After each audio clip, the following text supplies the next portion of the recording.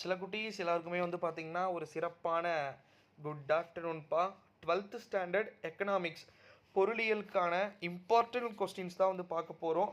பார்க்குறதுக்கு முன்னாடி நம்முடைய சேனலுக்கு நீங்கள் புதிய பார்வையாளர்களாக இருந்தீங்கன்னா சேனலை சப்ஸ்கிரைப் பண்ணிக்கோங்க. கார்னரில் பாருங்கப்பா. மொத்த மதிப்பெண்கள் 90, மேக்ஸிமம் மார்க்ஸ் 90.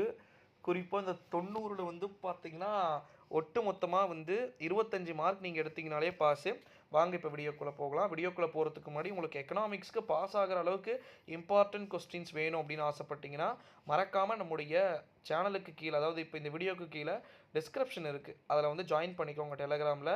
வாங்க இப்போ வீடியோக்குள்ளே போகலாம். பகுதி 1 பார்ட் 1 அதில் 20 1 மார்க் இருக்குப்பா. ரொம்ப ரொம்ப ஈஸியாக கேட்க போகிறாங்க. ஓகேங்களா, நான் ஷார்ட்டாக தான் முடிக்க போகிறேன். ஒரு 8 நிமிஷம் 7 நிமிஷமாக தான் இந்த வீடியோ இருக்க போகுது.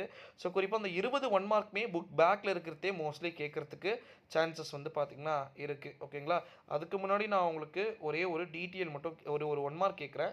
அது வந்து பார்த்திங்கன்னா சொல்லுங்கள், 3ஆம் துறை என்று அழைக்கப்படுவது எது அப்படின்னு சொல்லிட்டு சொல்லுங்கள் பார்க்கலாம் கீழே கமெண்ட்டில். சரி வாங்க இப்போ வீடியோக்குள்ளே போகலாம். அடுத்ததாக வந்து பார்த்திங்கன்னா இப்போ ஸ்க்ரீனில் வந்து பாருங்கள், பார்ட் 2க்கு வந்துட்டோம். நம்ம 1 மார்க்கை முடிச்சிட்டோம். பார்ட் 2க்கு வந்து பார்த்திங்கன்னா நம்ம வந்துட்டோம். பார்ட் 2ல் வந்து பார்த்திங்கன்னா மொத்தம் எத்தனை கொஸ்டின் கொடுத்துருக்காங்க அப்படின்னா 10 கொஸ்டின் கொடுத்துட்டு அதில் வந்து கிட்டத்தட்ட 7 கொஸ்டின் வந்து கேட்டிருக்கிறாங்க.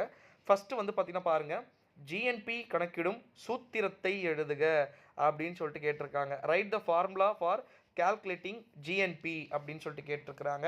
22 விளைவு தேவை என்றால் என்ன அப்படின்னு சொல்லிட்டு கேட்டிருக்கிறாங்க. ஓகேங்களா, what is an effective demand அப்படின்னு சொல்லிட்டு. 23 பாருங்க, நுகர்வு சார்பு என்றால் என்ன அப்படின்னு சொல்லிட்டு கேட்டிருக்கிறாங்க. 24 கடன் உருவாக்கம் என்றால் என்ன, வாட் இஸ் கிரெடிட் கிரியேஷன் அப்படின்னு சொல்லிட்டு கேட்டிருக்கிறாங்க. 25 செலாவாணி, ஓகேங்களா, வரைவிலக்கணம் தருக, அதாவது டெஃபனிஷன் ஃபாரெக்ஸ் அப்படின்னு சொல்லிட்டு கேட்டிருக்கிறாங்க. இது எல்லாமே 2 லைன் எழுதுனீங்கனாலே போதும். அடுத்தது 26 வந்து பாருங்க, சிறப்பு எடுப்புரிமைகள் என்பதன் பொருளை வந்து எழுதுக. Write the meaning of special drawing rights அப்படின்னு சொல்லிட்டு கேட்டிருக்கிறாங்க. 27 அமிலமழை பற்றி சிறு குறிப்பு வரைக. Write a note on acid rain அப்படின்னு சொல்லிட்டு கேட்டிருக்கிறாங்க பாருங்க.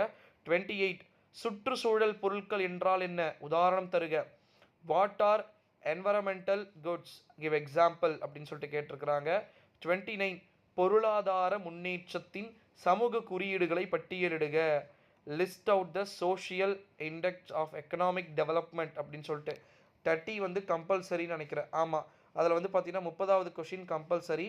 கிராக்ஸ்டன் மற்றும் கவுடன் அவர்களின் கூற்றுப்படி புள்ளியியலை வரையறுக்க அப்படின்னு சொல்லிட்டு கேட்டிருக்கிறாங்க. அவ்வளோதான், 2 மார்க் முடிஞ்சிருச்சு.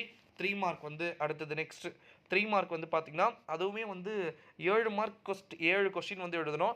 அதுலேயும் லாஸ்ட்டு 40 வந்து பார்த்திங்கன்னா உங்களுக்கு கம்பல்சரி. 31 பாருங்கள், கலப்பு பொருளாதாரத்தின் முக்கிய இயல்புகளை எடுத்து எழுதுக அப்படின்னு சொல்லிட்டு கொடுத்துருக்குறாங்க.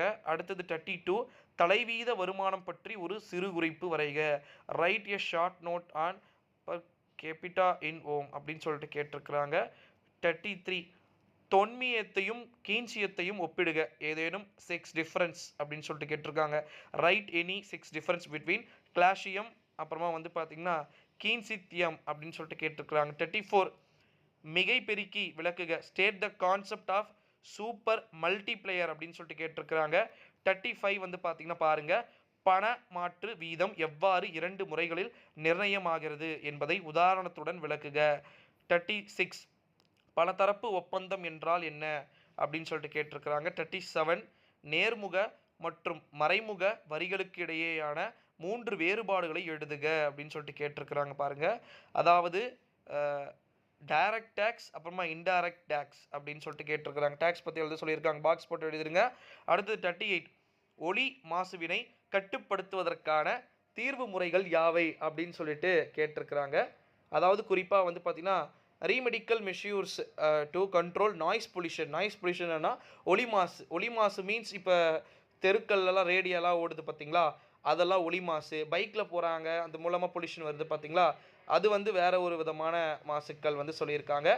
39 வந்து பாருங்கள், வறுமையின் நச்சு சுழற்சியினை வந்து பார்த்திங்கன்னா வரைபடத்துடன் விளக்குக அப்படின்னு சொல்லிட்டு சொல்லியிருக்கிறாங்க. 40 வரி வீக்கம் மற்றும் காகித பணவீக்கம் என்றால் என்ன அப்படின்னு சொல்லிட்டு கேட்டிருக்கிறாங்க. டாக்ஸ்ஃப்ளேஷன் அண்டு கரன்சி இன்ஃப்ளேஷன் இது வந்து கம்பல்சரி கொஷின். ஓகேங்களா, லாஸ்ட்டு பார்ட் டிடிஎல் வந்து பார்த்தீங்கன்னா 41ல் 2 42ல் 2 அப்படின்னு சொல்லிட்டு 47 வரைக்கும் 2 டிடிஎல் வந்து கேட்டிருப்பாங்க. அதில் நம்ம ஒரு செட்டில் 2 இருக்குன்னா ஒன்று தான் வந்து பார்த்தீங்கன்னா எழுதணும்.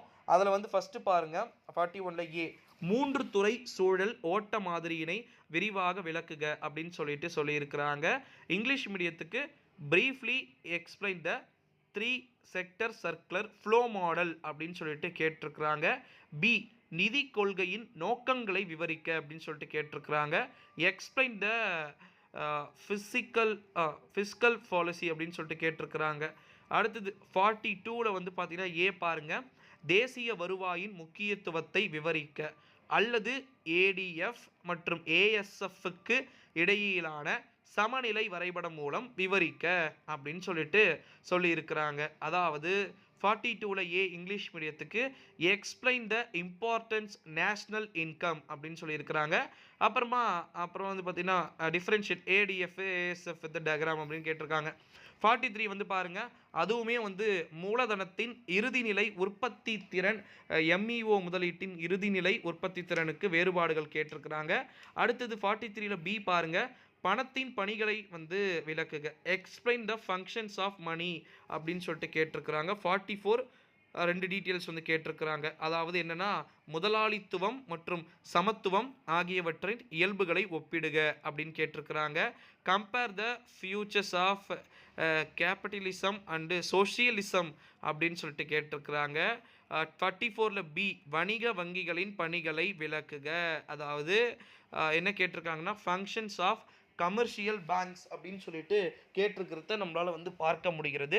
அடுத்தது 45ல் ஒப்புமை செலவு கோட்பாட்டினை விவரிக்க அல்லது பன்னாட்டு பண நிதியத்தின் நோக்கங்களை விளக்குக அப்படின்னு சொல்லிட்டு கேட்டிருக்கிறாங்க. 46 ஆல்சோ 2 டிடிஎல். 47ல் வந்து பார்த்தீங்கன்னா விலை எக்ஸ் அளிப்பு எக்ஸ் ப்ரைஸு சப்ளை அப்படின்னு சொல்லிட்டு கேட்டிருக்கிறாங்க. அவ்வளோதான் செல்லக்குட்டீஸ். இது வரைக்கும் கிட்டத்தட்ட வந்து 14 டிடிஎல்ல நம்ம எதனா 7 டிடிஎல் வந்து எழுதணும். ஒரு செட்டுக்கு 2 டிடிஎல் இருக்குது அப்படின்னா அதில் ஒன்று வந்து பார்த்தீங்கன்னா எழுதுனீங்க அப்படின்னாலே வந்து போதுமானது. அடுத்ததாக வந்து 3 மார்க் ஆல்சோ 21 மார்க் கொடுத்துருக்குறாங்க. அதில் 7 3 மார்க் வந்து எழுதுனீங்கனாலே வந்து போதுமானது. அடுத்தது 2 மார்க்கில் 14 மார்க்கு, அதுலேயுமே நீங்கள் 7 எழுதுனீங்க அப்படின்னா போதுமானது அப்படின்னு சொல்லலாம். அதில் வினா எண் 30க்கு கட்டாயம், அதாவது 2 மார்க்கில் 30 வந்து கட்டாயம், 3 மார்க்கில் வந்து 40 இஸ் கம்பல்சரி. ஓகேங்களா? மற்றபடி 20 1 மார்க்கு ஈஸியாக எழுதிடுவீங்கன்னு நினைக்கிறேன். ஸோ சொன்ன மாதிரி 8 நிமிஷம் ஆயிடுச்சு, வீடியோவை வந்து முடிச்சுக்கிட்டோம். ஸோ அடுத்தது வந்து நெக்ஸ்ட்டு 12th ஸ்டாண்டர்ட் ஃபிசிக்ஸ்க்கு வந்து பார்க்கலாம் செல்லக்குட்டீஸ். நல்லபடியாக எக்ஸாம் எழுதுங்க.